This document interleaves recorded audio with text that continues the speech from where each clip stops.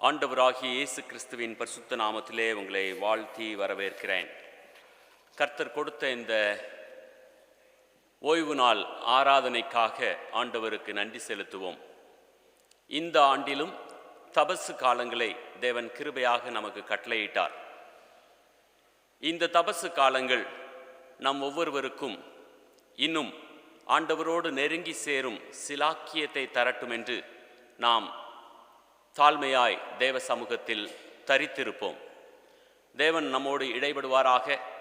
நாம் அவருடைய நாமத்திற்கு மகிமையான சாட்சிகளாக தொடர்ந்து ஜீவிப்போமாக.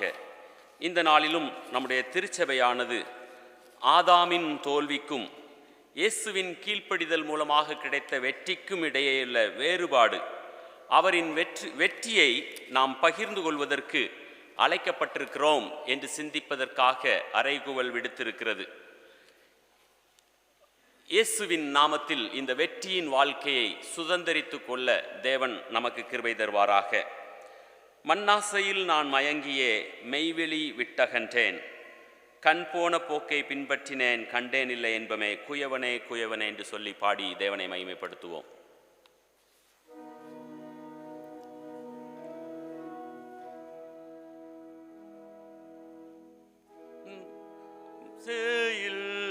நான் மயங்கியே மெய்வழி விட்டகன்றேன்,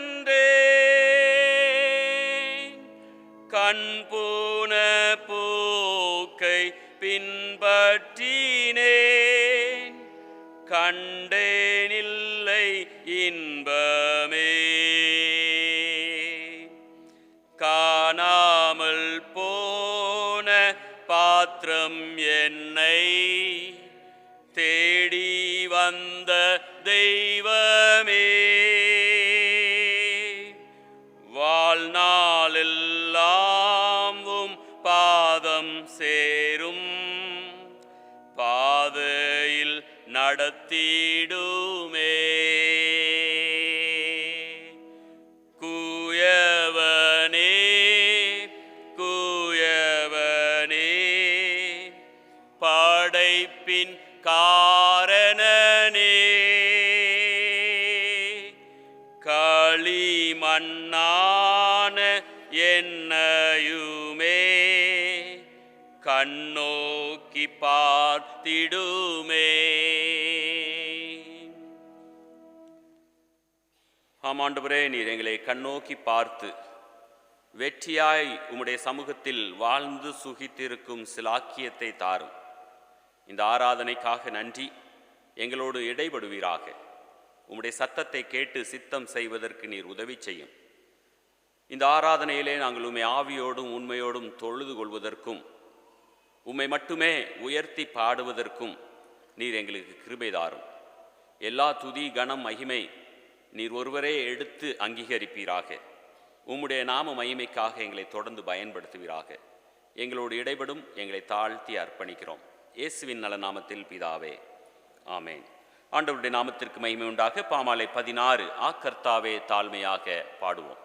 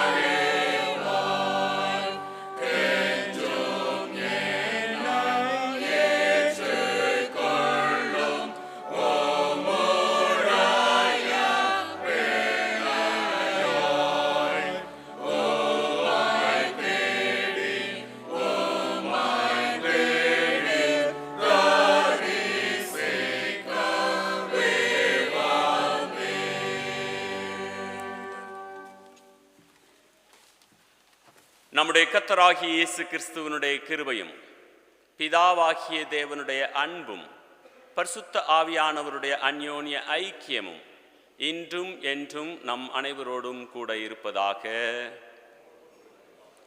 நாம் சேர்ந்து சொல்லுவோம்.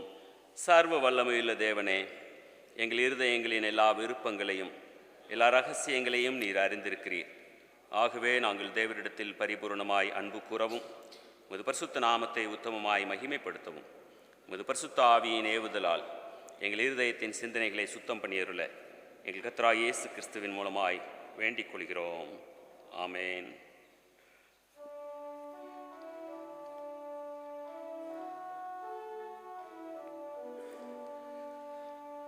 கர்த்தாவே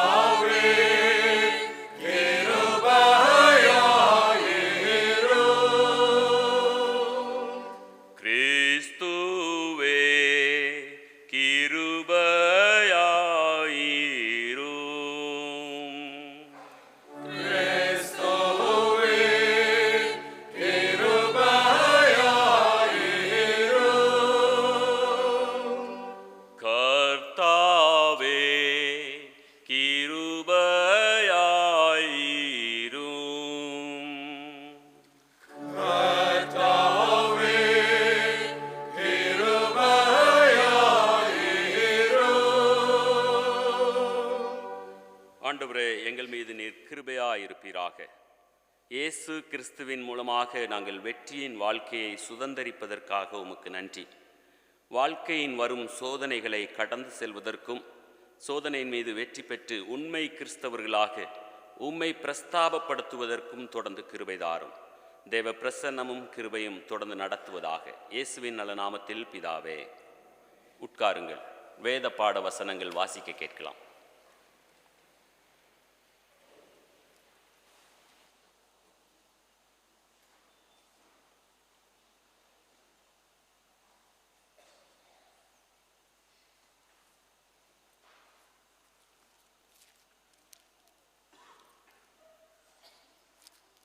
வாசிக்கும்படியாக கொடுக்கப்பட்டுள்ள முதலாம் வேத பாடம் ஆதியாகமம் 3ஆம் அதிகாரம் வசனங்கள் 1 முதல் 6 வரை. தேவனாகிய கர்த்தர் உண்டாக்கின சகல காட்டு ஜீவன்களை பார்க்கிலும் சர்ப்பமானது தந்திரமுள்ளதாயிருந்தது.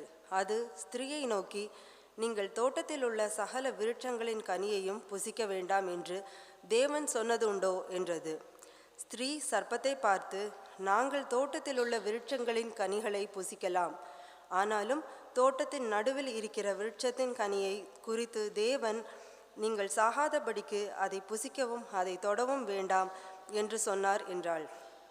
அப்பொழுது சர்ப்பம் ஸ்திரீயை நோக்கி, நீங்கள் சாகவே சாகுவதில்லை, நீங்கள் இதை புசிக்கும் நாளிலே உங்கள் கண்கள் திறக்கப்படும் என்றும் நீங்கள் நன்மை தீமை அறிந்து தேவர்களைப் போல இருப்பீர்கள் என்றும் தேவன் அறிவார் என்றது.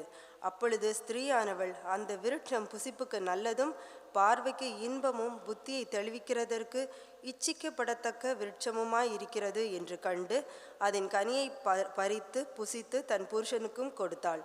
அவனும் புசித்தான். வாசிக்கும்படியாக கொடுக்கப்பட்டுள்ள முதலாம் வேத பாடம் வாசித்து முடிந்தாயிற்று.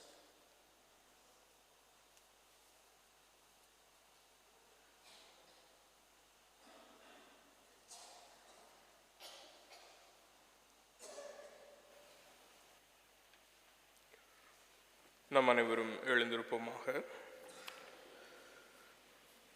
மாறி மாறி வாசிக்கும்படியாக தெரிந்தெடுக்கப்பட்ட சங்கீதம் 143 வசனங்கள் 1 முதல் 4 மற்றும் 7 முதல் 10. சங்கீதம் 143. கர்த்தாவே, என் ஜெபத்தை கேளும், என் விண்ணப்பங்களுக்கு செவிகொடும்.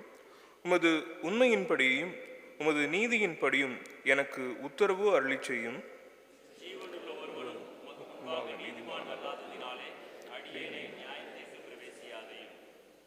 சத்துரு என் ஆத்மாவை தொடர்ந்து என் பிராணனை தரையோடு நசுக்கி வெகு காலத்துக்கு முன் மரித்தவர்கள் போல் என்னை இருளிலே இருக்க பண்ணுகிறான். என்னில் தேங்குகிறது. வசனம் 7. கர்த்தாவே, சீக்கிரமாய் எனக்கு செவிகொடும். என் ஆவி தோய்ந்து போகிறது. நான் குழியில் இறங்குகிறவர்களுக்கு ஒப்பாகாதபடிக்கு உமது முகத்தை எனக்கு மறையாதையும்.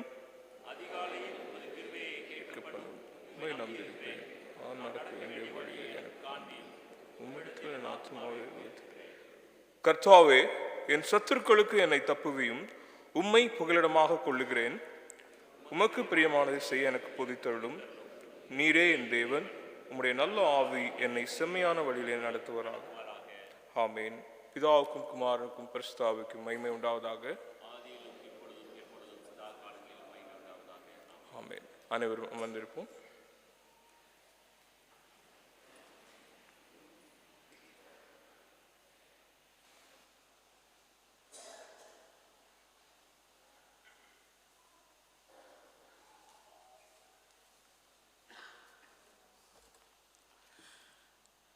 தியானிக்கும்படியாக குறிக்கப்பட்ட இரண்டாம் பாடம் திருத்தூதர் யாக்கோபு எழுதின பொதுவான நிருபம், அதிகாரம் 1, இறைவார்த்தைகள் 12 முதல் 18 முடிய. யாக்கோபு எழுதின நிருபம், அதிகாரம் 1, 12 முதல். சோதனையை சகிக்கிற மனுஷன் பாக்கியவான். அவன் உத்தமன் என்று விளங்கின பின்பு கர்த்தர் தம்மிடத்தில் அன்பு கூறுகிறவர்களுக்கு வாக்குத்தத்தம் பண்ணின ஜீவ கிரீடத்தை பெறுவான். சோதிக்கப்படுகிற எவனும் நான் தேவனால் சோதிக்கப்படுகிறேன் என்று சொல்லாதிருப்பானாக. தேவன் பொல்லாங்கினால் சோதிக்கப்படுகிறவர் அல்ல, ஒருவனையும் அவர் சோதிக்கிறவரும் அல்ல. அவனவன் தன் தன் சுயேட்சையினாலே இழுக்கப்பட்டு சிக்குண்டு சோதிக்கப்படுகிறான். பின்பு இச்சையானது கர்ப்பம் தரித்து பாவத்தை பிறப்பிக்கும். பாவம் பூரணமாகும் போது மரணத்தை பிறப்பிக்கும். என் பிரியமான சகோதரரே, மோசம் போகாதிருங்கள். நன்மையான எந்த ஈவும் பூரணமான எந்த வரமும் பரத்திலிருந்து உண்டாகி ஜோதிகளின் பிதாவினிடத்திலிருந்து இறங்கி வருகிறது.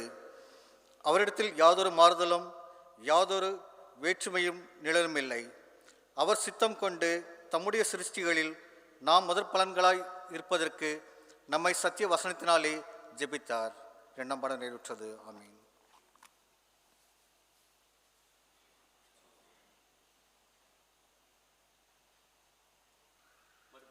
நாம் அனைவரும் எழுந்திருந்து பாமாலை 90 40 நாள் ராப்பகல் பாடுவோம்.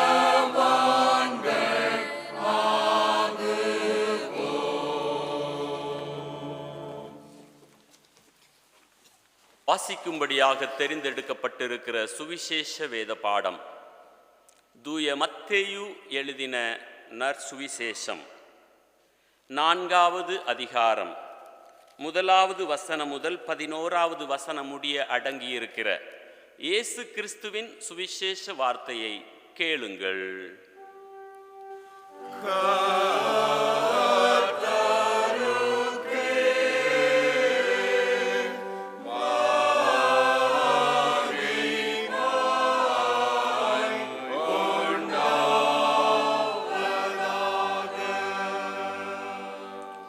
மத்தேயு 4வது அதிகாரம் 1வது வசனம் முதல்.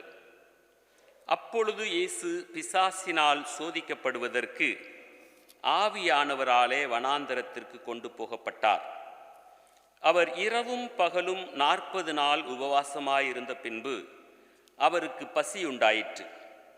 அப்பொழுது சோதனைக்காரன் அவரிடத்தில் வந்து, நீர் தேவனுடைய குமாரனே ஆனால் இந்த கல்லுகள் அப்பங்களாகும்படி சொல்லும் என்றான். அவர் பிரதியுத்தரமாக, மனுஷன் அப்பத்தினாலே மாத்திரமல்ல, தேவனுடைய வாயிலிருந்து புறப்படுகிற ஒவ்வொரு வார்த்தையினாலும் பிழைப்பான் என்று எழுதியிருக்கிறதே என்றார். அப்பொழுது பிசாசு அவரை பரிசுத்த நகரத்திற்கு கொண்டு போய் தேவாலயத்து உப்பரிகையின் மேல் அவரை நிறுத்தி, நீர் தேவனுடைய குமாரனே ஆனால் தாழ குதியும், ஏனெனில் தம்முடைய தூதர்களுக்கு உம்மை குறித்து கட்டளையிடுவார், உமது பாதம் கல்லில் இடராதபடிக்கு அவர்கள் உம்மை கைகளில் ஏந்தி கொண்டு போவார்கள் என்பதாய் எழுதியிருக்கிறது என்று சொன்னான். அதற்கு இயேசு, உன் தேவனாகிய கர்த்தரை பரீட்சை பாராதிருப்பாயாக என்றும் எழுதியிருக்கிறதே என்றார். மறுபடியும் பிசாசு அவரை மிகவும் உயர்ந்த மலையின் மேல் கொண்டு போய் உலகத்தின் சகல ராஜ்யங்களையும் அவைகளின் மகிமையையும் அவருக்கு காண்பித்து, நீர் சாஷ்டாங்கமாய் விழுந்து என்னை பணிந்து கொண்டால் இவைகளையெல்லாம் உமக்கு தருவேன் என்று சொன்னான்.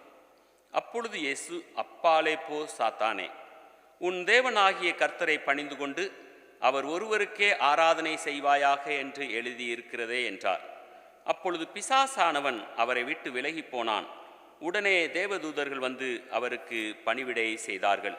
இது இயேசு கிறிஸ்துவின் சுவிசேஷ வார்த்தை.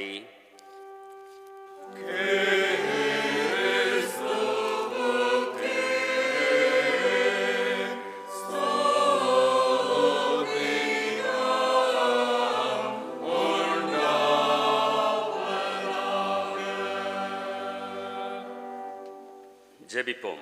ஆண்டவரே, எங்களோடு பேசும், கீழ்ப்படிதலுள்ள இருதயத்தை எங்களுக்கு தாரும், எங்களுடைய வாழ்க்கையினால் உம்மை வாழ்ந்து காட்டுவதற்கு உதவி செய்யும். இயேசுவின் நல்ல நாமத்தில் பிதாவே, ஆமென். உட்காருங்கள்.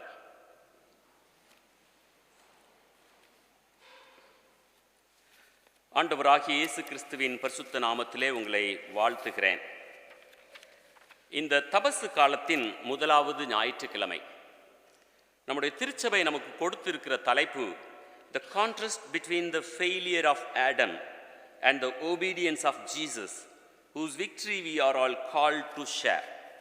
ஆதாமின் தோல்விக்கும் இயேசுவின் கீழ்ப்படிதலுக்கும் இடையே உள்ள வேறுபாடு, அவரின் வெற்றியை நாம் பகிர்ந்து கொள்வதற்கு அழைக்கப்பட்டிருக்கிறோம். இதன் அடிப்படையிலே 3 வேத பாடங்கள் நாம் வாசிக்க கேட்டோம். அதோடு சேர்த்து சங்கீத புத்தகத்திலிருந்தும் நாம் வாசிக்க கேட்டோம். இந்த 3 வேத பாடங்களும் மனிதனுக்கு ஏற்படும் சோதனைகளை குறித்தும், இயேசு எப்படி சோதனையில் வெற்றி பெற்றார் என்பதை குறித்தும் நமக்கு கற்றுக் கொடுத்தது. ஆக சோதனைகளிலே நாம் எப்படி வெற்றி பெறலாம் என்று இந்த நாளிலே, அதாவது இயேசுவின் வெற்றியில் நாம் எப்படி பகிர்ந்து கொள்ளலாம் என்று நாம் சிந்திப்பதற்கு வாஞ்சிக்கிறோம்.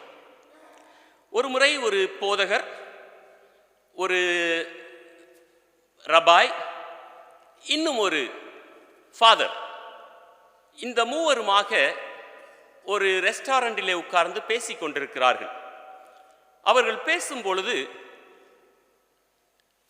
அந்த ரபாய் சொல்கிறார், நம்முடைய வாழ்க்கையிலே எப்படிப்பட்ட சோதனைகளை சந்திக்கிறோம், நம்முடைய வாழ்க்கையில் நாம் சந்திக்கும் அல்லது நாம் இன்றைக்கும் மேற்கொள்வதற்கு கஷ்டப்படுகிறதான பெரிய சோதனை என்ன என்று ஒருவரை ஒருவர் கேட்டுக்கொண்டனர். முதலாவதாக ஃபாதர் சொல்ல ஆரம்பித்தார். ஐயா, எனக்கென்று ஒரு பெரிய சோதனை இருக்கிறது. நான் சாராய கடை வழியாக கடந்து செல்லும் பொழுது என்னால் அங்கு நின்று அதிலிருந்து வாங்கி குடிக்காமல் செல்ல முடியவில்லை. அது என்னுடைய வாழ்க்கையில் ஒரு பெரிய சோதனை. அதிலிருந்து நான் வெற்றி பெற முடியாமல் இருக்கிறேன். திருச்சபையின் போதகர் சொன்னார், என்னுடைய சோதனை இதைவிட இன்னும் ஒரு பெரிய சோதனை. என்னவென்றால், ஆலயத்திற்கு வருகிற காணிக்கைகளை பார்த்த பின்பதாக அதை கையாடல் செய்யாமல் என்னால் இருக்க முடியவில்லை. சில பணத்தை நான் எடுத்துக்கொள்கிறேன். உங்கள் போதகர் அப்படி எடுக்கிறார் என்று எண்ணிக்கொள்ளாதேயுங்கள். அப்படியாக அவர் சொன்னாராம். இதைக்கெல்லாம் கேட்டுக்கொண்டிருந்த ரபாய் சொன்னார், எனக்கு இன்னும் ஒரு பெரிய சோதனை.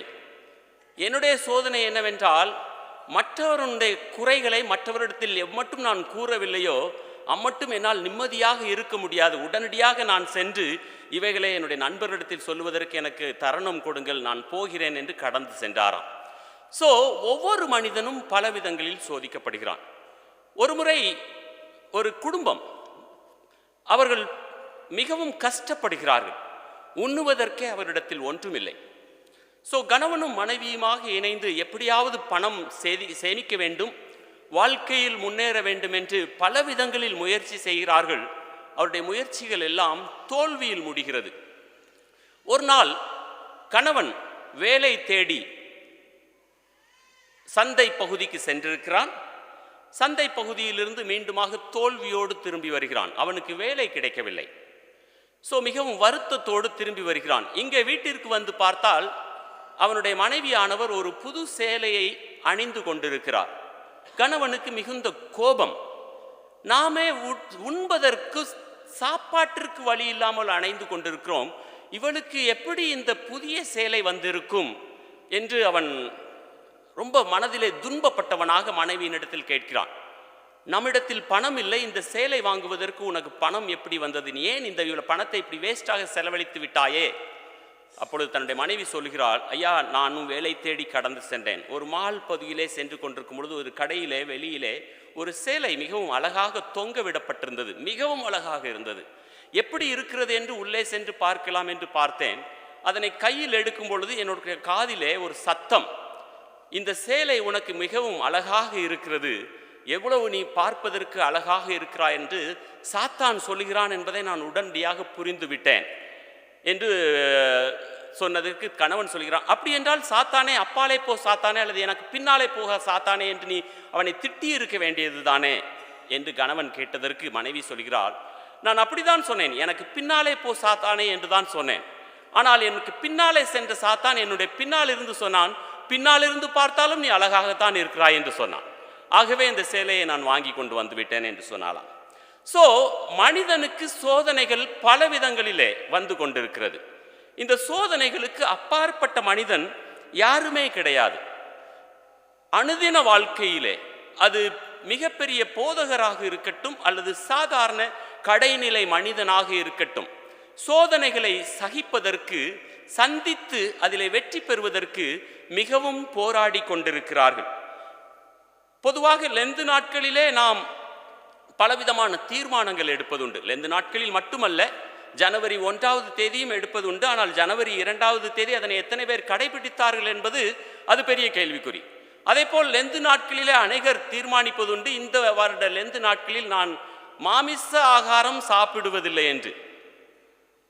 சாம்பர் புதன்கிழமைக்கு அடுத்த நாள் வியாழக்கிழமை வீட்டு ஜெப கூட்டத்திலே அந்த வீட்டுக்காரர்கள் நன்றாக மீன் பொரித்து வைத்திருக்கிறார்கள். அவருடைய திட்டங்கள், தீர்மானங்கள் எல்லாம் பறந்து போய்விட்டன. மீன்களை அடித்து நொறுக்கி விட்டு வந்து விட்டார். ஸோ இப்படித்தான் நம்முடைய தீர்மானங்கள் நாம் தோற்றுக்கொண்டே இருக்கிறோம். சாத்தானுக்கு தெரியும் நம்ம எதிலே சந்திக்க வேண்டும், எந்த இடத்தை என்னை தொட்டால் நான் எப்படி விழுந்து விடுவேன் என்பதை சாத்தான் அறிந்து வைத்திருக்கிறான். நான் அறியாத ஒன்றை என் முன்பு கொண்டு வந்து நிறுத்திவிட மாட்டான். ஸோ சாத்தான் நான் எந்த பகுதியில் மிகவும் பலகீனமாக இருக்கிறேனோ அந்த பகுதியில் தான் என்னை சந்திக்க வருகிறான். ஒருவேளை நான் ஒரு சாஃப்ட் ட்ரிங்க்ஸ், கோகோ கோலாவிற்கு மிகவும் அடிமைப்பட்டவன் என்று வைத்துக்கொள்வோம். ஏதோ ஒரு நாளிலே நான் தீர்மானித்து விட்டேன், இனிமேல் நான் கோகோ கோலா குடிப்பதில்லை என்று. ஆனால் அந்த நாளிலிருந்து தான் என்னுடைய சோதனை அதிகமாகிவிடும். யாருடைய வீட்டிற்கெல்லாம் செல்கிறேனோ அவருடைய எல்லார் வீட்டிலையும் பாஸ்டர் உங்களுக்காக கொக்கோ கோலா வாங்கி வைத்திருக்கிறோம், வாருங்கள். ஸோ நான் அன்றைக்கு தான் தீர்மானம் எடுத்திருக்கிறேன். என்னுடைய தீர்மானத்தை நிறைவேற்றுவதற்கு பலவிதமான சோதனைகள். ஸோ மனிதன் என்றைக்கு தீர்மானம் எடுக்கிறானோ அந்த நாள் முதல் சாத்தான் அவனை மிகவும் உன்னிப்பாக கவனித்து அந்த நிலைமையிலே மிகவும் மீண்டுமாக கீழே விழ தட்டி கொண்டே இருக்கிறான். அதனை நாம் நம்முடைய வாழ்க்கையிலே அனுதினமும் சந்தித்து கொண்டிருக்கிறோம். பொதுவாக மனிதருடைய வாழ்க்கையிலே பணம், செக்ஸ், புகழ்ச்சி, பதவி மற்றும் உணவு, இன்னும் பல காரியங்கள், இவைகள் தான் பொதுவாக மனிதர்கள் சந்திக்கிறதான பெரிய பெரிய சோதனைகள். பொதுவாக பணத்தில் மனிதர்கள் விழுந்து விடுகிறார்கள், செக்ஸ் வாழ்க்கையிலே மனிதர்கள் விழுந்து விடுகிறார்கள், புகழ்ச்சியிலே அதிகமாகவே விழுந்து விடுகிறார்கள், பதவி வந்ததும் தலைக்கணம் ஏறி மிகவும் அதிகமாக தாறுமாறாக நடக்க ஆரம்பித்து விடுகிறார்கள். உணவை குறித்து நாம் சொல்லவே வேண்டாம். உணவு எல்லா மனிதர்களுக்கும் ஒரு பெரிய சோதனைக்காரனாகவே இன்று வரை இருந்து வருகிறது. சரி, இன்றைக்கு கொடுக்கப்பட்டுள்ள தலைப்பு ஆதாமின் பாவம், ஆதாமின் சோதனை, இயேசுவின் சோதனை. இந்த சோதனைகளை எப்படி இயேசுவானவர் மேற்கொண்டார், ஆதாம் எப்படி தோற்று போனான், இதை குறித்து சிந்திப்பதற்கு நமக்கு சொல்லி இருக்கிறது. ஆதியாகமம் 3வது அதிகாரத்தை நீங்கள் பார்ப்பீர்கள் என்றால் ஆதாமுக்கு 3 சோதனைகள் வருகிறது. இவைகளெல்லாம் மிகவும் விவரமாக நாம் சொல்லுவதற்கு நமக்கு நேரம் கிடையாது. இயேசு கிறிஸ்துவிற்கும் 3 சோதனைகளை வருகிறது. இந்த மத்தேயு 4வது அதிகாரத்திலே நீங்கள் பார்ப்பீர்கள் என்றால் 1வது வசனம், இயேசு பிசாசினால் சோதிக்கப்படுவதற்கு ஆவியானவராலே வனாந்திரத்துக்கு கொண்டு போகப்பட்டார். அவர் இரவும் பகலும் 40 நாள் உபவாசமாய் இருந்த பின்பு அவருக்கு பசி உண்டாயிற்று. அதாவது 40 நாள் முடிந்த பின்பதாக சாத்தான் அவரை சோதித்தான் என்பதாக சொல்லப்படுகிறது. உண்மையிலே 40 நாள் முடிந்த பின்புதான் சாத்தான் இயேசுவை சோதித்தானா அல்லது எப்படி? நீங்கள் லூக்காவிலே வாசித்து பார்ப்பீர்கள் என்றால் லூக்கா 4வது அதிகாரம் 2வது வசனம், 40 நாள் பிசாசினால் சோதிக்கப்பட்டார். ஸோ அப்படி என்றால் இயேசுவானவர் அந்த ஒரு 40 நாள் முடிந்த பின்பதாக அல்ல, 40 நாட்களும் உபவாசம் துவங்கிய 1வது நாள் முதல் 40 நாட்கள் மட்டுமாக அவர் சோதிக்கப்பட்டு கொண்டே இருந்தார். சோதனையின் மீது வெற்றி மேல் வெற்றி சிறந்து கொண்டே இருந்தார். வேத புத்தகத்திலே 3 சோதனைகள் எழுதப்பட்டிருக்கிறது. ஆனால் 3 தான் அவர் சந்தித்தாரா, இன்னும் பல சோதனைகளை சந்தித்தாரா நமக்கு தெரியாது. ஆனால் ஒன்று மட்டும் நமக்கு தெரியும், அவர் சந்தித்த அனைத்து சோதனைகளையும் அவர் வெற்றி பெற்றுவிட்டார். குறிப்பாக 3 சோதனைகள் கொடுக்கப்பட்டுள்ளது.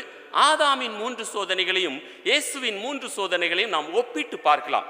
ஆதாமின் 3 சோதனைகள், அதை நீங்கள் ஆதியாகமத்தின் புத்தகம் 3வது அதிகாரத்திலே நாம் வாசிக்க கேட்டோம்.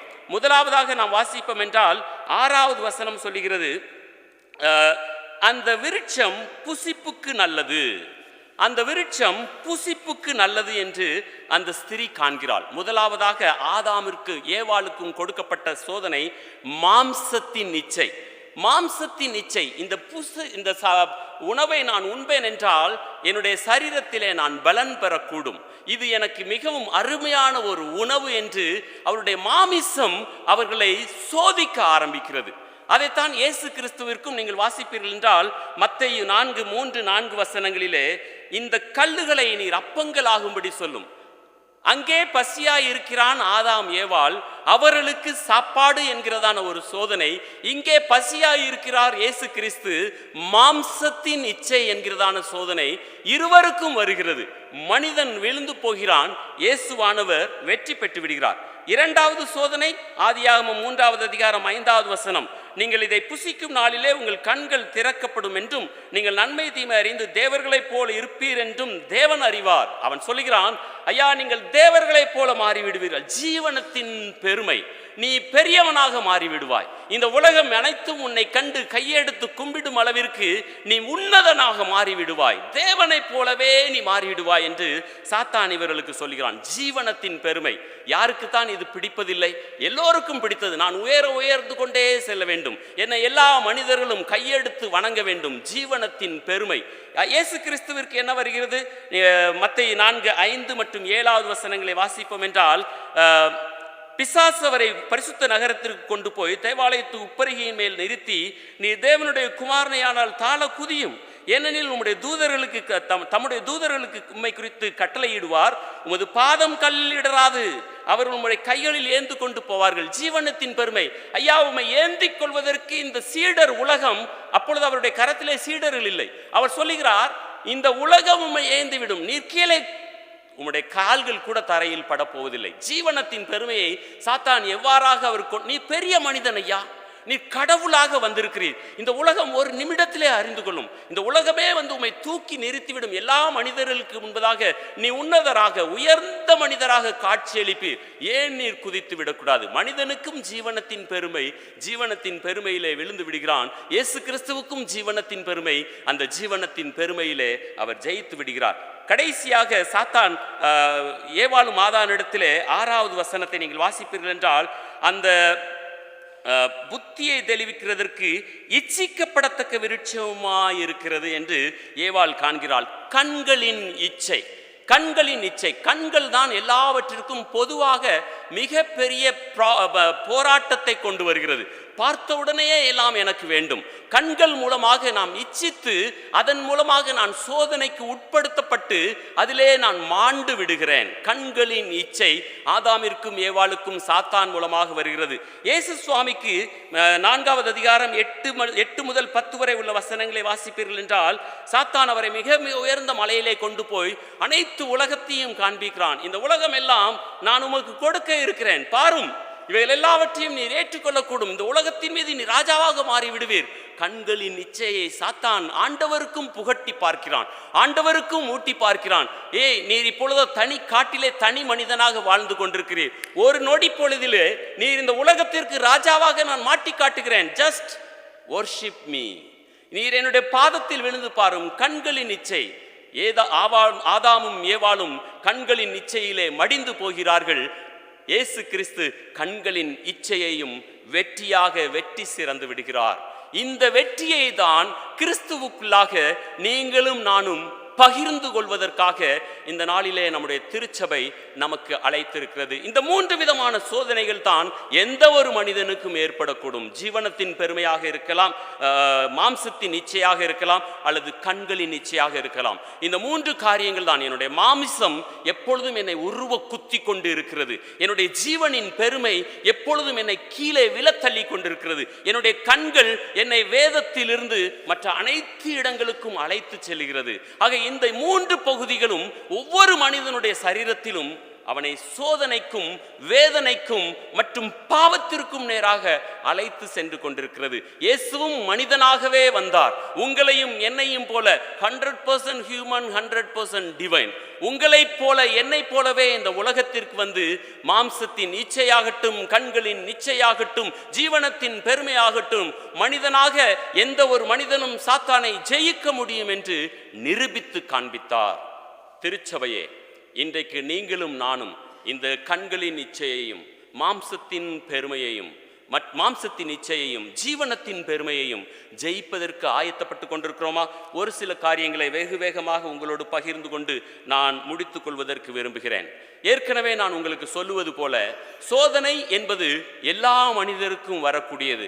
சோதனையை ஒரு மனிதனும் தடுத்து நிறுத்த முடியாது. சோதனை எல்லா சூழ்நிலைகளிலும் நமக்கென்று எதிர்நோக்கி காத்து கொண்டே இருக்கிறது. எப்பொழுதும் நாம் சொல்லுவது போல, பறவை நம்முடைய தலையின் மீது பறப்பதை எந்த ஒரு மனிதனாலும் தடுக்க முடியாது. ஆனால் பறவையானது தலையில் வந்து அமர்ந்து கூடு கட்டுவதை எல்லா மனிதராலும் தடுக்க முடியும். You cannot forbid a bird to fly over your head, but you can always stop the bird to building the nest on your own head. உங்களுடைய தலையின் மீது பறவையை கூடு கட்ட விட்டு கொண்டிருக்கிறீர்களா? சோதனை அப்படித்தான். சோதனை என்னுடைய சிந்தனைகளிலே பறந்து வருகிறது. அதனை தடுப்பதற்கு நம்மிடத்திலே யுக்திகள் இல்லை. ஆனால் இந்த சோதனையை குடிகொள்ள விடுவது நீங்களும் நானும் தான். ஆகவே தான் வேத வசனம் பல இடங்களிலே நமக்கு சொல்லி இருக்கிறது. இந்த சோதனையை ஜெயிப்பதற்கான பல வழிகளை நமக்கு கற்றுத்தருகிறது. என்ன சொல்லுகிறது? முதலாவதாக 1 யோவான் 4வது அதிகாரம் 4வது வசனம் சொல்லுகிறது, ட்ரஸ்ட் இன் காட். ஐயா, கர்த்தர் மீது விசுவாசமாயிருங்கள். என்ன வசனம்? பிள்ளைகளே, நீங்கள் தேவனால் உண்டாயிருந்து அவர்களை ஜெயித்தீர்கள், ஏனெனில் உலகத்தில் இருக்கிறவர்களிலும் உங்களில் இருக்கிறவர் பெரியவர். ஐயா, என்னில் இருக்கிற கர்த்தர் பெரியவர், ஆகவே அவர் மூலமாக இந்த சோதனையை நான் ஜெயிக்க முடியும். You and me are at the winning side. நானும் நீங்களும் ஜெயிக்கிறவர்களின் பக்கத்திலே இருந்து கொண்டிருக்கிறோம், தோற்கிறவர்களின் பக்கத்தில் அல்ல. இயேசுவானவர் ஜெயம் பெற்றவர். இந்த ஜெயத்தை உங்களுக்கும் எனக்கும் தருவதற்கு ஆயத்தமாக இருக்கிறார். நீங்கள் தேவன் மீது விசுவாசமாயிருக்கிறீர்களா? இரண்டாவது, பி ஹம்பிள். ஐயா, தாழ்மையாயிருங்கள், தேவனை சார்ந்து நில்லுங்கள். யோவான் 15வது அதிகாரம் 5வது வசனத்திலே சொல்லப்பட்டிருக்கும், ஆண்டவரே, உம்மையன்றி எங்களால் ஒன்றும் செய்ய முடியாது. ஐயா, எல்லா சூழ்நிலைகளையும் தேவனையே சார்ந்து நிற்போம். மூன்றாவதாக, பிசாசுக்கு எதிர்த்து நில்லுங்கள் என்று வேதவசனம் சொல்கிறது. யாக்கோபு 4வது அதிகாரம் 7வது வசனம் இப்படியாக சொல்கிறது, பிசாசுக்கு எதிர்த்து நில்லுங்கள், அப்பொழுது அவன் உங்களை விட்டு ஓடி போவான். ஐயா, நான் பிசாசுக்கு எதிர்த்து நிற்கிறேனா அல்லது பிசாசோடு சேர்ந்து வாழ்ந்து கொண்டிருக்கிறேனா? பல வேளைகளிலே நாம் பிசாசோடே இணைந்து வாழ்வதற்கு ஆரம்பித்து விடுகிறோம். வேதம் சொல்கிறது அவனுக்கு எதிர்த்து நிற்க வேண்டும். அதற்கு பின்பதாக 4வதாக சொல்கிறது, flee from the temptation. ஐயா, சோதனைகளை விட்டு ஓடிவிடுங்கள். வேதாகமம் பல உதாரணங்களால் நிறைந்திருக்கிறது. யோசேப்பினுடைய வாழ்க்கையிலிருந்து, இயேசுவின் வாழ்க்கையிலிருந்து எல்லாவற்றையும் எடுத்து பார்ப்போம் என்றால் சோதனைகளில் இருந்து ஓடிவிட்டார்கள். வேதவசனம் என்ன சொல்கிறது? 2 தீமோத்தேயு 2:22, வேசித்தனத்திற்கு விலகி 1 கொரிந்தியர் 6:18, வேசித்தனத்திற்கு விலகி ஓடுங்கள். 2 தீமோத்தேயு 2:22 சொல்கிறது, பாலிய இச்சைகளுக்கு நீ விலகி ஓடு. ஐயா, வாழ்க்கையிலே சோதனைகள் வரும், ஆனால் நான் விலகி ஓடுவதற்கு என்னை ஆயத்தப்படுத்தி இருக்கிறேனா? Read the scriptures. ஐயா, வேத வசனத்தை வாசியுங்கள். இவைகள் உங்களுக்கு வெற்றியை கொண்டு வரும். இயேசு சுவாமிக்கு வந்த அனைத்து சோதனைகளிலும் எழுதியிருக்கிறதே சோதனைகளை எல்லாம் வேதத்தின் மூலமாகவே வெற்றி பெற்று விட்டார். கடைசியாக ஜெபியுங்கள். நீங்கள் கண்டிப்பாக எல்லா சோதனைகளிலும் இருந்து கண்டிப்பாக வெற்றி பெற முடியும். ரவி சக்கரியாஸ் ஒரு உதாரணத்தை சொல்லுவார். அந்த உதாரணத்தை சொல்லி நான் முடிக்க விரும்புகிறேன். பில்லி கிரஹாம், த கிரேட்டஸ்ட் இவாஞ்சலிஸ்ட், அவர் படித்து கொண்டிருந்த ஸ்கூல், அதாவது வெல்டன்ல இருந்த ஸ்கூலில், கல்வி கூடத்திலே அவரோடு படித்த ஒரு நண்பர் பிற்காலத்திலே அவர் மிகவும் புகழ்பெற்ற ஒரு அரசியல்வாதியாக மாறி கனடாவின் பிரைம் மினிஸ்டராக மாறிவிட்டார். அந்த மனிதர் பில்லி கிரஹாமோடு இருந்த நாட்களிலே இயேசுவை நேசிப்பதும் இயேசுவுக்காக நேரத்தை செலவழிப்பதும் அவருடைய வழக்கமாக இருந்தது. ஆனால் இப்பொழுதோ அவர் பிரைம் மினிஸ்டராக மாறின பின்பு கொஞ்சம் கொஞ்சமாக இயேசுவை விட்டு விலக ஆரம்பிக்கிறார். இயேசுவை விட்டு தவறி போக ஆரம்பிக்கிறார். அவர் தவறி போகிற நாட்களிலே அவர் ஏற்கனவே திருமணமானவர், ஒரு பெண் மீது காதல் வயப்பட்டு விட்டார். அதனாலேயே தன்னுடைய மனைவியை விவாகரத்தும் செய்து விட்டார். விவாகரத்து செய்துவிட்டு எந்த பெண்ணை நேசித்தாரோ அந்த பெண்ணை அவர் மனம் முடித்து கொண்டார். இப்பொழுதுதான் அவருக்கு புரிகிறது, நான் சோதனையிலே விலகி கொண்டிருக்கிறேன். ஆனால் சோதனையை ஜெயிப்பதற்கு பதிலாக நான் ஆராதிக்கிற இயேசு கிறிஸ்துவின் கிறிஸ்தவ மார்க்கம் என்னுடைய வாழ்க்கை நெறிமுறைக்கு முரண்பாடாக இருக்கிறது என்பதற்காக அவர் இன்னும் ஒரு விசுவாசத்தை தன்னுடைய கனடா மக்களுக்கு அறிவிக்கிறார். அதன் பெயர் ஆல்டர்னேட் ஃபெய்த், மாற்று விசுவாசம். மாற்று விசுவாசத்தை அனைத்து மக்களுக்கும் அவர் சொல்லிக் கொடுக்கிறார். அவர் என்ன சொல்கிறார்? All road leads to Rome. எல்லா ரோடும் கடைசியிலே ரோமை தான் சென்று அடைய இருக்கிறது. ஆகையால் நீங்க எந்த பாதையையும் பின்பற்றலாம் என்று சொல்லி கொஞ்சம் கொஞ்சமாக இயேசு கிறிஸ்துவை விட்டு அவர் விலகி சென்று விட்டார். அவர் விலகி சென்று இயேசு கிறிஸ்து இன்றைக்கு அவருடைய வாழ்க்கையிலேயே இல்லாமற் போய்விட்டார். கடைசியாக ஒரு நாளிலே பத்திரிகை நிருபர்கள் 1990 வருடத்தில் அவரை இன்டர்வியூ எடுக்க ஆரம்பித்தனர்.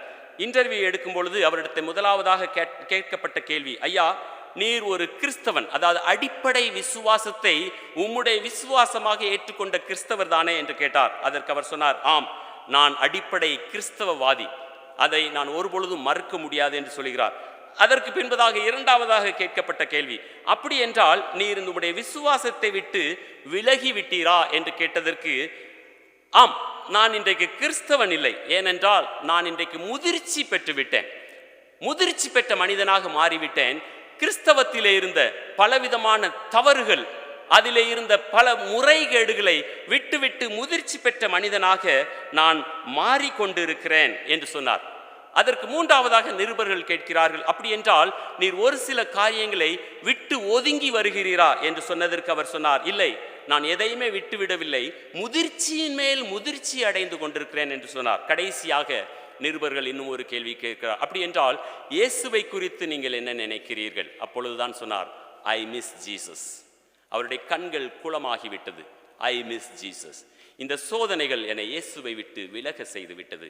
இன்றைக்கும் இயேசுவை வாஞ்சிக்கிறேன், ஆனால் என்னை இயேசுவிற்குள்ளாக செல்வதற்கு, அழைத்து செல்வதற்கு யாரும் இல்லை. திருச்சபையே, ஆர் யூ மிஸ்ஸிங் ஜீசஸ்? நீங்கள் இயேசுவை விட்டு தள்ளி போய் கொண்டிருக்கிறீர்களா? இன்றே உங்களுக்கு கொடுக்கப்பட்டுள்ளதான வாய்ப்பு. நான் இன்றைக்கு இயேசுவை விட்டு விலகி சென்று கொண்டிருப்பேன் என்றால், இந்த திருச்சபை நமக்கு சொல்லுகிறது, கிறிஸ்துவின் மூலமாக அனைத்து சோதனைகளையும் நானும் வெற்றி பெற முடியும். ஏனென்றால் அவரும் மனிதனாக அனைத்து சோதனைகளையும் ஜெயித்தார். வேதத்தை வாசிப்போம், ஜெபிப்போம், வேதம் சொல்லுகிறபடி அவர் மீது விசுவாசமாயிருப்போம், சோதனைகளை வெற்றி கொண்டு என்றும் அவருக்காக ஜீவிப்போம். கர்த்தர் தாமே நம்மை நடத்துவாராக. ஆமேன். நாம் எழுந்திருந்து அப்போஸ்தல விசுவாச பிரமாணத்தை அறிக்கை செய்வோம். அப்போஸ்தல விசுவாச பிரமாணம். வானத்தையும் பூமியையும் படைத்த சர்வ வல்லமையுள்ள பிதாவாகிய தேவனை விசுவாசிக்கிறேன். அவருடைய ஒரே பேரான குமாரனான நம்முடைய நாதர் இயேசு கிறிஸ்துவையும் விசுவாசிக்கிறேன்.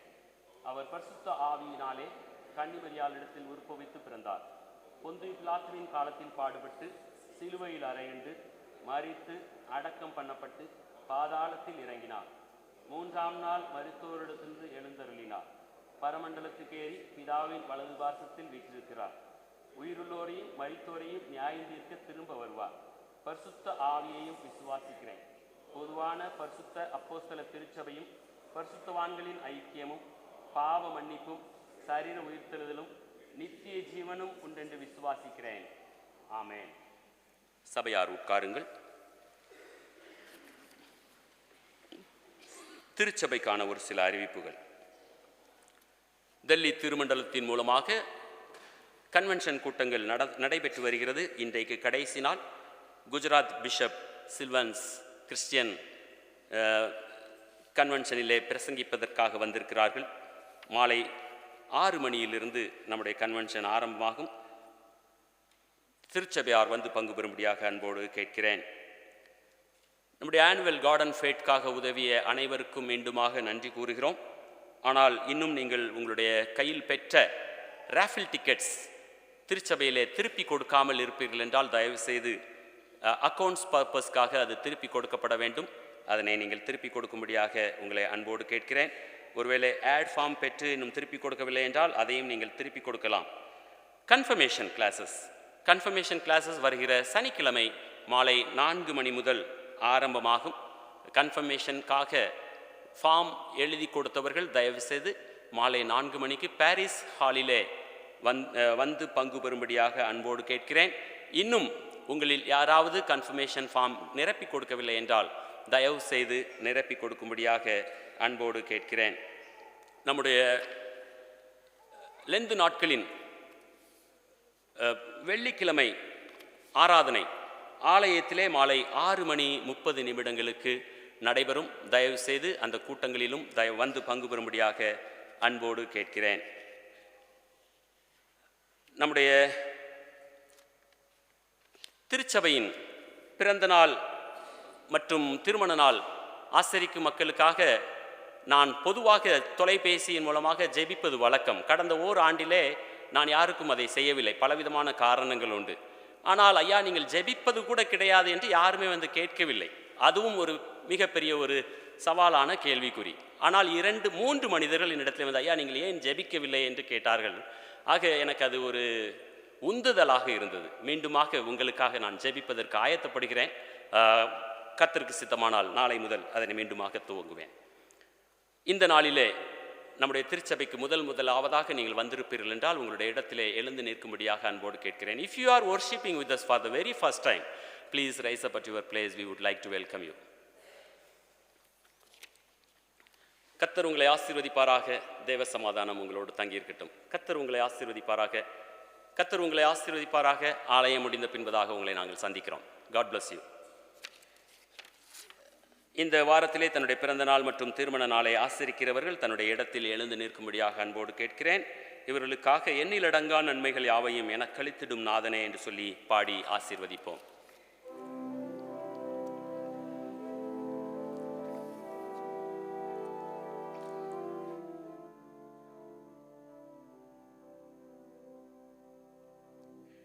எண்ணில் அடங்கா நன்மைகள் யாவையும் எனக்களித்திடும் நாதனே, நினைக்காத நன்மைகள் அளிப்பவரே, உமக்கென்றுமே துதியே. நன்றியோடு நான் துதி பாடுவேன் எந்தன் இயேசு ராஜனே. எனக்காய் நீ செய்திட்ட நன்மைக்காய் என்றும் நன்றி கூறுவேன் நான். ஆண்டவரே, உமக்கு நன்றி செலுத்துகிறோம். எங்களுடைய வாழ்க்கையிலே நீர் செய்த அனைத்து நன்மைகளையும் எண்ணி எண்ணி உம்மை துதிக்கிறோம். நாங்கள் நிற்பதும் நிலை நிற்பதும் நிர்மூலமாகாதிருப்பதும் உம்முடைய சுத்த கிருபை. எங்களுடைய நண்பர்களை உம்முடைய சமூகத்திலே தாழ்த்தி தருகிறோம். இந்த புதிய வருடம் உம்முடைய கிருபையினாலும் நன்மையினாலும் முடிசூட்டும். உள்ளத்தின் ஏக்கங்களையும் வாஞ்சைகளையும் விருப்பங்களையும் கிறிஸ்து இயேசுவின் நாமத்தின் நிமித்தம் உம்முடைய சித்தத்தின் அடிப்படையில் அவர்களுக்காக நீர் கைகூடி வரப்பண்ண வேண்டும் என்று ஜெபிக்கிறோம். போக்கிலும் வரத்திலும் பாதுகாப்பை கட்டளையிடும். செய்யும் தொழில்களிலும் தேவ சமாதானமும் அதன் மீது தொடர்ந்து முன்னேற்றமும் காணப்படட்டும். தேவ கிருபைக்கும் சமாதானத்திற்கும் அர்ப்பணிக்கிறோம். இயேசுவின் நல்ல நாமத்தில் பிதாவே, ஆமென். உட்காருங்கள். மன்றாட்டு ஜெபம்.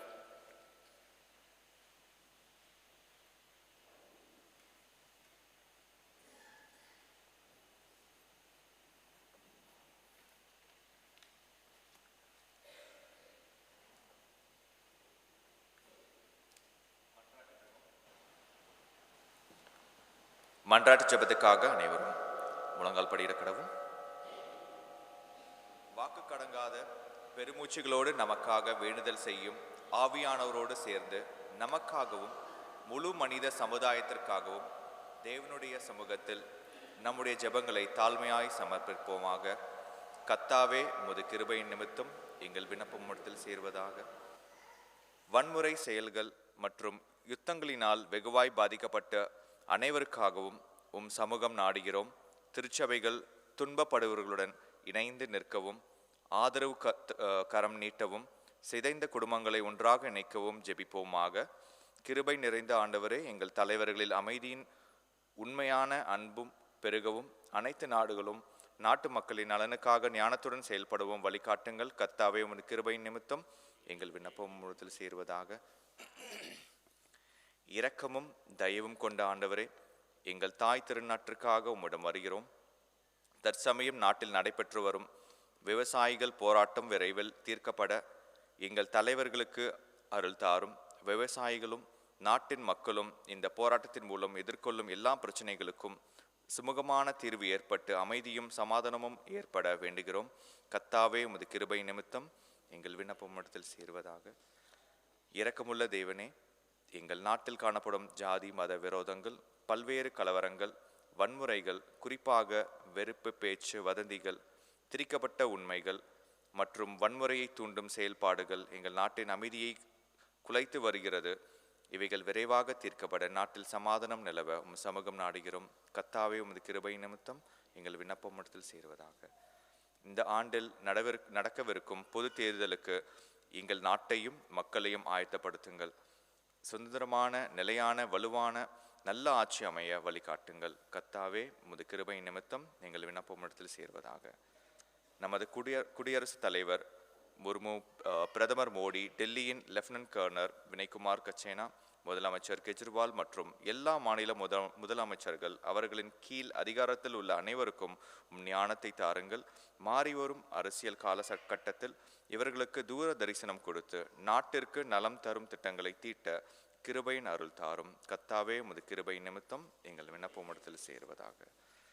எங்கள் நாட்டில் உள்ள திருச்சபைகள் கிறிஸ்துவின் அன்பிலும் இரக்கத்திலும் வேரூன்றட்டும்.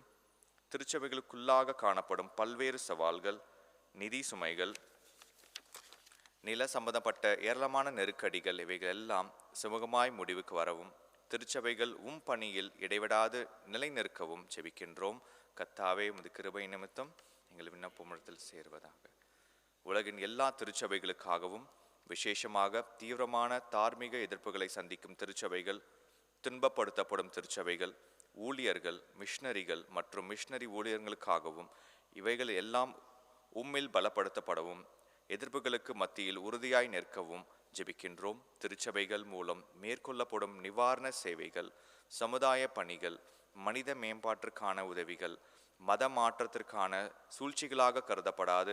இவைகளின் உண்மையான மனப்பான்மையை மக்கள் புரிந்து கொள்ள ஒவ்வொருவரை ஒருவர் மதித்து குணப்படுத்த கிருபை புரியும். கர்த்தாவே உமது கிருபை நிமித்தம் எங்கள் விண்ணப்பமிடத்தில் சேர்வதாக. ஆண்டவரே, எங்கள் பிரதம பேராயர் விஜய் நாயக், தென்னிந்திய திருச்சபையின் பிரதம பேராயர் ரூபன் மார்க், மார்த்தமா திருச்சபையின் தலைவர் தியோடஸ், எங்கள் பிஷப் பால் சுரூப், எங்கள் போதகர்கள் மோனோதீப், ரத்னராஜ், ஜெயக்குமார் மற்றும் எல்லா லே லீடர்கள், கமிட்டி அங்கத்தினர்கள், பெண்கள் ஐக்கியம், வாலிபர் ஐக்கியம், ஞாயிறு பாடசாலை, பாடகர் குழு, இவர்கள் எல்லாருக்கும் ஆவியை தந்து வழி நடத்துங்கள். இவர்கள் உமது மந்தையை உண்மையோடும் உத்தமத்தோடும் வார்த்தையிலும் செயலிலும் நல்ல முன்மாதிரியாக சேவிக்க கிருபை புரிவீராக. கர்த்தாவே உமது கிருபை நிமித்தம் எங்கள் விண்ணப்பமிடத்தில் சேர்வதாக. ஆண்டவரே, துன்பப்படுகிறவர்கள், ஏழைகள் மற்றும் பசியால் வாடுபவர்கள், ஆதரவற்றவர்கள் மற்றும் ஒதுக்கப்பட்டவர்கள், வேலை இல்லாதவர்கள், துயரப்படுவர்கள் மற்றும் வியாதி படுக்கையிலுள்ளோர் யாவருக்கும் நம்பிக்கையும் விசுவாசமும் பலப்படுத்தப்படுவதாக. இவர்களுக்கு உதவியாயிருக்கும் எல்லாருக்கும் தயையும் கிருபையும் தருவீராக. எங்கள் சபையில் நோய்வாய்ப்பட்டவர்களை கிருபா சண்டையில் சமர்ப்பிக்கிறோம். குறிப்பாக எங்கள் திருச்சபையை சேர்ந்த சந்திரபால், மார்க்டலி, Sherin Cook, Shirley Gupta, Honey Williams, Ponnu Thangaraj, Meenu Sharma, Vijay Noel James, மன்மோகன் சிங் சௌத்ரி, தாமஸ் டேவிஸ், வன் சுவாமி, செரி இட்டா, மீனு பீட்டர்சன், பால், அல்வினா தாமஸ், எல்லா சண்டி அண்ட் ஹனு பென்சன், இவர்கள் எல்லாருக்கும் வல்ல கிருபையால் அற்புத சுகத்தை தந்து நடத்த ஜெபிக்கின்றோம். கர்த்தாவே உமது கிருபை நிமித்தம் எங்கள் விண்ணப்பம் இடத்தில் சேர்வதாக. சபையார் அனைவரும் சேர்ந்து சொல்வோம். பரலோக பிதாவே, உமது ராஜ்யம் அதி சீக்கிரத்தில் வருவதாக. நாங்கள் ஏறெடுத்த இந்த விண்ணப்பங்களை இயேசு கிறிஸ்துவின் நாமத்தின் நிமித்தம் எங்களுக்கு அனுகரித்தருளும். ஆமேன்.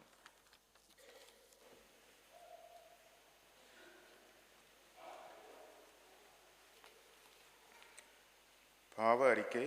பிரியமானவர்களே, கர்த்தராகிய கிறிஸ்துவின் மூலமாய் அருளப்பட்ட கற்பனையாவது, நம்முடைய தேவனாகிய பாவங்களின் நிமித்தம் முழு இதயத்தோடே உண்மையாய் மனஸ்தாபப்பட்டு பிறரிடத்தில் அன்பும் சிநேகமாய் இருந்து இனி தேவனுடைய கற்பனைகளை கைக்கொண்டு புதிதாக்கப்பட்டவர்களாய் அவருடைய பரிசுத்த மார்க்கத்தில் நடப்போம் என்று தீர்மானித்திருக்க நாம் நமது ஆண்டவர் இயேசு கிறிஸ்துவின் மூலமாய் சர்வ வல்லமையுள்ள தேவனோடு ஒப்புரவாகும்படி மறுபடியும் நம்முடைய பாவங்களை மனத்தாழ்மையாய் அறிக்கையிடுவோம். எல்லோரும் சேர்ந்து சொல்வோம்.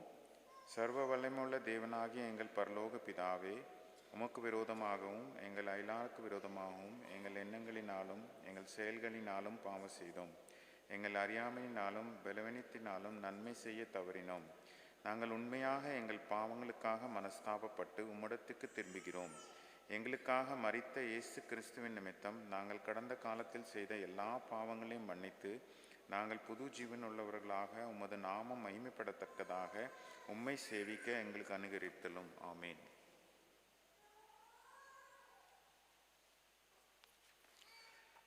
மற்றவர்கள் குற்றத்தை மன்னித்து தங்கள் பாவங்களுக்காக உண்மையாக மனம் வருந்தி உம்மிடம் திரும்புகிற யாவரையும் மன்னிக்கிற சர்வ வல்லமையுள்ள தேவன் தாமே நமது மேல் கிருபையாயிருந்து நமது பாவங்கள் எல்லாவற்றையும் மன்னித்து நம்மை விடுதலையாக்கி சகல நன்மையிலும் நம்மை உறுதிப்படுத்தி பலப்படுத்தி இயேசு கிறிஸ்துவின் மூலமாய் நமக்கு நித்திய ஜீவனை ஈந்து தம்முடனே சேர்த்து கொள்வாராக. ஆமேன். தேவரிற்கே ஸ்தோத்திரம் உண்டாவதாக. நாம் அனைவரும் எழுந்து நிற்போம். இந்த ஒரே அப்பத்தில் நாம் எல்லோரும் பங்கு பெறுகிறபடியால் அனைவரான நாம் ஒரே அப்பமும் ஒரே சரீரமுமாய் இருக்கிறோம். ஆனபடியால் சமாதானத்துக்கு அடுத்தவைகளையும் பக்தி விருத்தி உண்டாக்கத்தக்கவைகளையும் நாடக்கடவோம். தேவ சமாதானம் தேவ சமாதானம் தேவ சமாதானம் நம் ஒவ்வொருவரோடும் தங்கி இருப்பதாக, உமது ஆவியோடும் இருப்பதாக. நம்மையும் நம்முடைய காணிக்கையும் அர்ப்பணிக்கும் வண்ணமாக கீர்த்தனைகள் 121 பாடுவோம். உந்தன் சுயமதியே.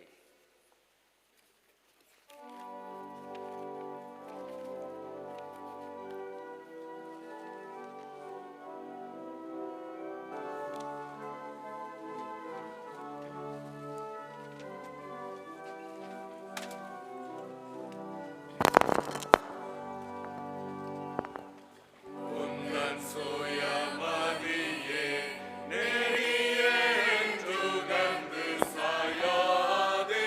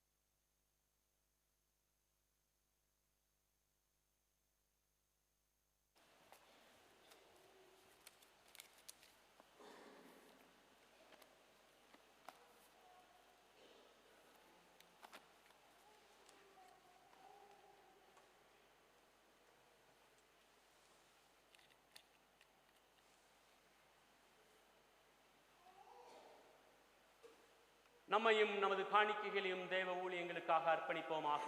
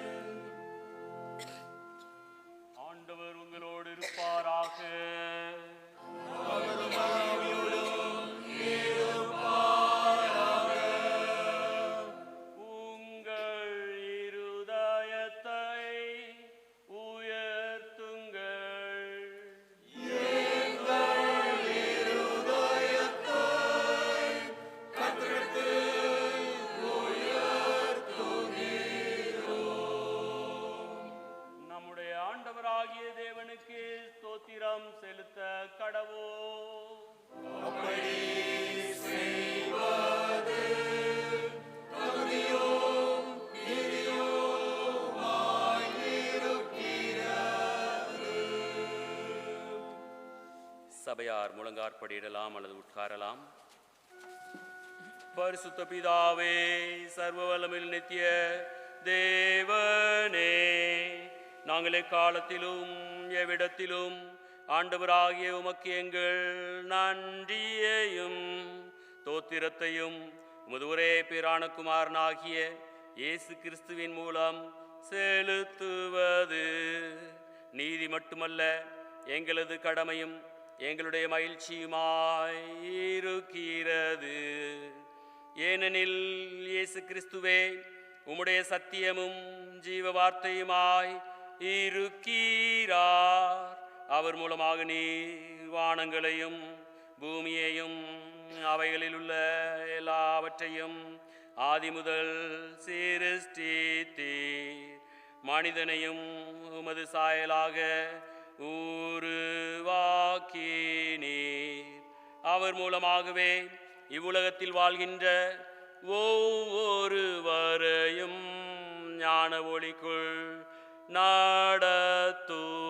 நடத்துகிறீர்.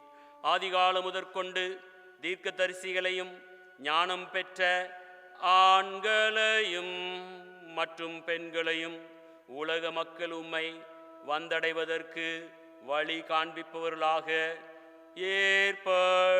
ஏற்படுத்தினீர். அவர் மூலமாகவே பாவிகளாகிய எங்களுக்கு மீட்பு உண்டாகும்படியாக அவரை மனுஷகுமாரனாக பிறப்பித்து சிலுவையில் அறைய கொடுத்து மரித்து அடக்கம் செய்யப்பட்ட பின் அவரை மறுபடியும் உயிரோடு எழுப்பினீர். அவர் மூலமாகவே உம்முடைய ஜீவனுள்ள பரிசுத்த ஆவியை தந்தருளி புது சிருஷ்டியின் முதல் பலனாக எங்களை மீட்டு கொண்டீர். நம்மை போல் எல்லா விதத்திலும் சோதிக்கப்பட்டும் பாவமற்றவராய் இருந்து தமது வல்லமையால் நாமும் பாவங்களை மேற்கொள்ள கிருபை புரிந்தவருக்கு நாம் நன்றியை ஏறெடுப்போமாக.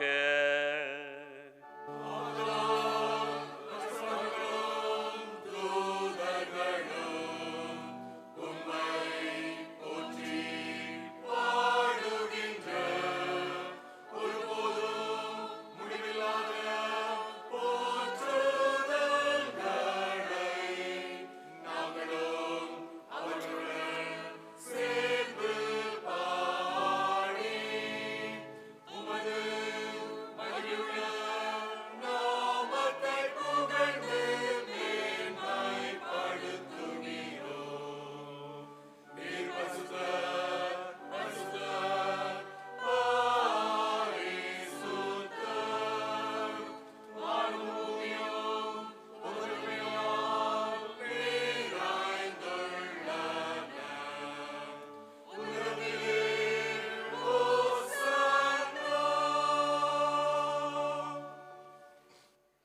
பரலோக பிதாவே, முதுகுமாரனும் எங்களுடைய இரட்சகருமாகிய இயேசு கிறிஸ்துவின் மூலமாய் ஏறெடுக்கிற எங்கள் சோஸ்திரங்களை ஏற்றுக்கொண்டருளும்.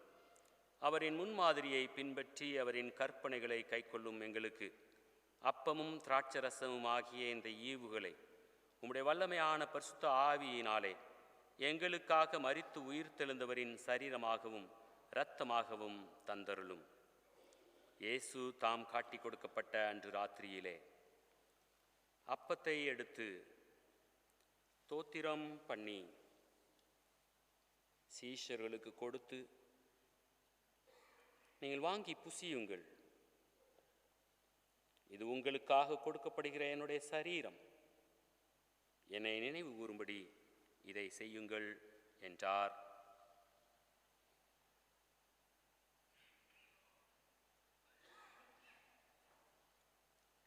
அப்படியே போஜனம் பண்ணின பின்பு அவர் பாத்திரத்தையும் எடுத்து ஸ்தோத்திரம் பண்ணி அவர்களுக்கு கொடுத்து, நீங்கள் வாங்கி பானம் பண்ணுங்கள்,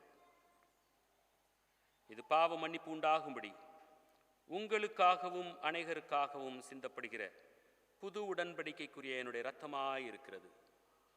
இதிலே பானம் பண்ணும் பொழுதெல்லாம் என்னை நினைவு கூறும்படி இதை செய்யுங்கள் என்று திருவுளம் பற்றினார்.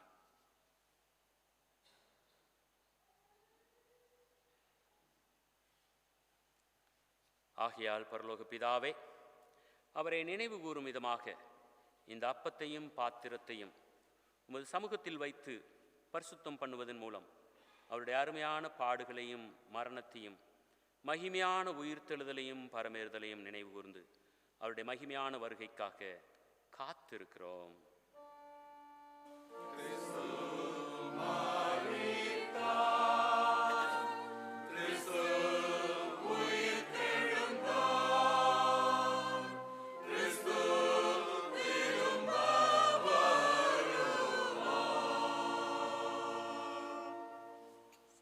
மகத்துவமுள்ள பிரதான ஆசாரியரே, இயேசுவின் மூலமாக எங்களுடைய நன்றி கலந்த சோஸ்திர பலிகளை அங்கீகரித்தருளும். உம்முடைய தெய்வீக பிரசன்னத்தில் உம்முடைய பரிசுத்த ஈவுகளை நாங்கள் உட்கொள்ளும் பொழுது உம்முடைய ஆவியினால் எங்களை உயிர்ப்பியும், உம்முடைய அன்பினால் எங்களை ஊக்குவியும்.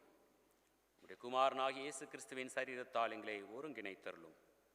அவரோடும் அவருக்குள்ளும் அவர் மூலமாகவும் பரிசுத்த ஆவியின் வல்லமையால் வானத்திலும் பூமியிலும் உமக்கு முன்பாக நிற்கும் யாவரோடும் கூட பிதாவே உம்மை என்றென்றைக்கும் ஆராதிக்கிறோம். எங்கள் தேவனுக்கு ஸ்தோத்திரமும் கனமும் வல்லமையும் மகிமையும் சதா காலங்களிலும் உண்டாவதாக.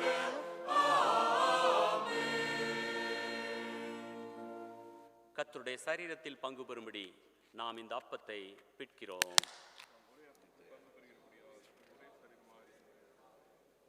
பரிசுத்தமாக்கப்பட்ட இந்த பாத்திரம் கிறிஸ்துவின் இரத்தத்தின் ஐக்கியமாய் இருக்கிறது.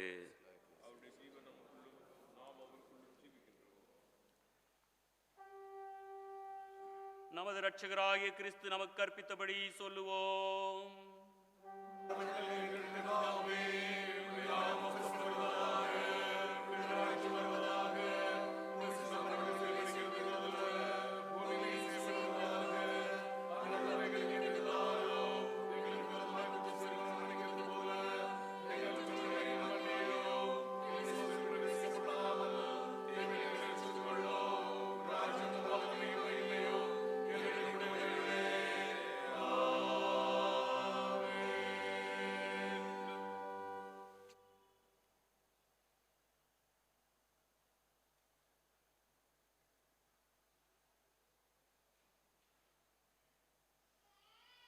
தாழ்மையின் ஜெபத்தை சேர்ந்து ஏறெடுப்போம்.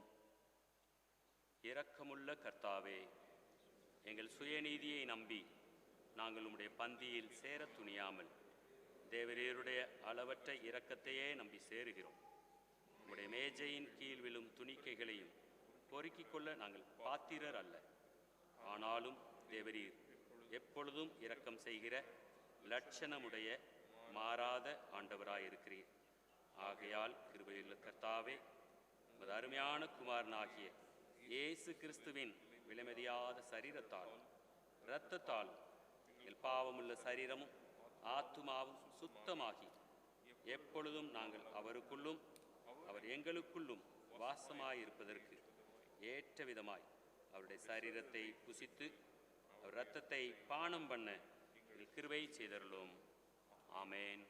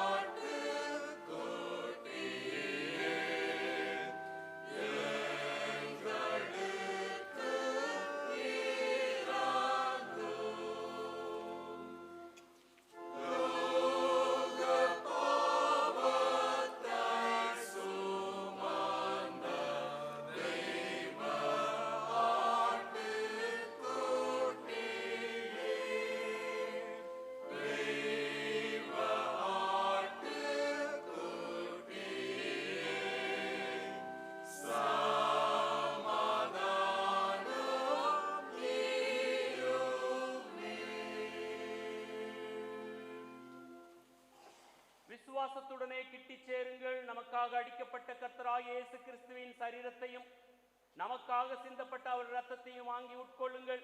உங்கள் இருதயத்தில் விசுவாசித்து இவைகளை உட்கொண்டு அவர் நமக்காக மரித்ததை நினைவு கூர்ந்து நன்றியை ஏறெடுங்கள்.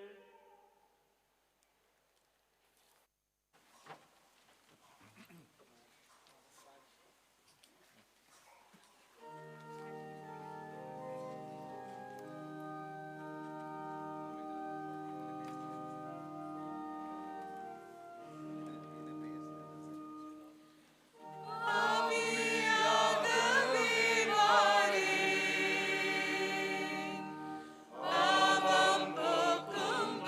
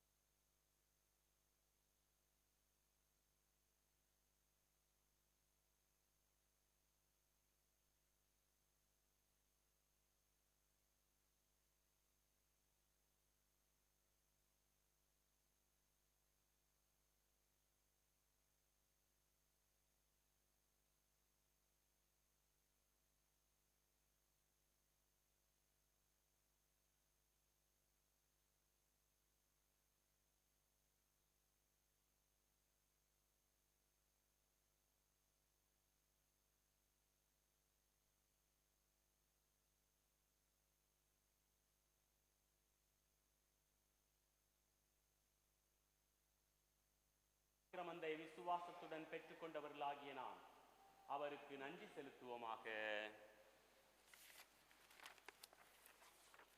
சர்வ வல்லமையுள்ள தேவனே, உமது குமாரனாகிய இயேசு கிறிஸ்துவின் விலைமதியாத திருச்சரீரமும் இரத்தமுமாகிய ஞான ஆகாரத்தினால் எங்களை போஷித்ததற்காக உமக்கு நன்றி செலுத்துகிறோம். அவர் மூலமாக எங்களை ஜீவ பலியாக ஒப்புக் கொடுக்கிறோம். உமக்கு துதியும் கனமும் உண்டாகத்தக்கதாக நாங்கள் தேவரீர் நியமித்திருக்கிற நற்கிரியைகள் எல்லாவற்றையும் நிறைவேற்ற உமது ஆவியின் வல்லமையால் எங்களை பலப்படுத்தி அனுப்புவோம். ஆமேன்.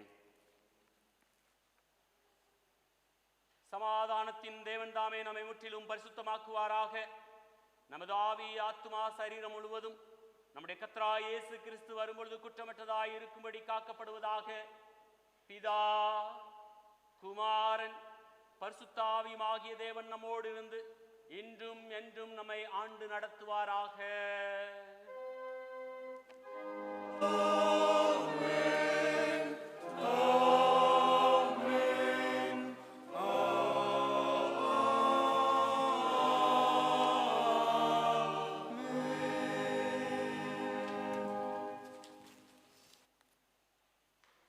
பின்பவனி கீதமாக பாமாலை 351 பாடுவோம். மேலோகத்தில் என் பங்கு நீர்.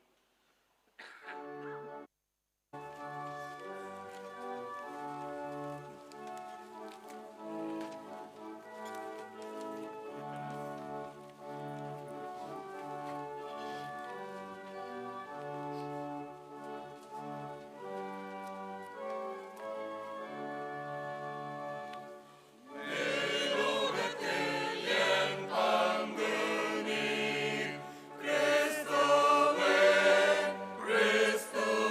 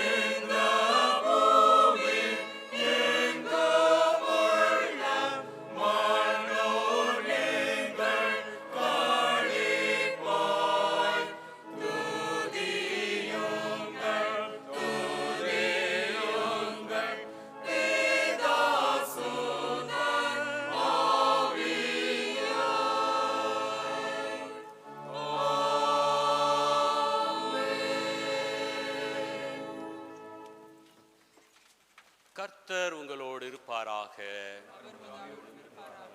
தேவ சமாதானத்தோடு சென்று வருவோம்.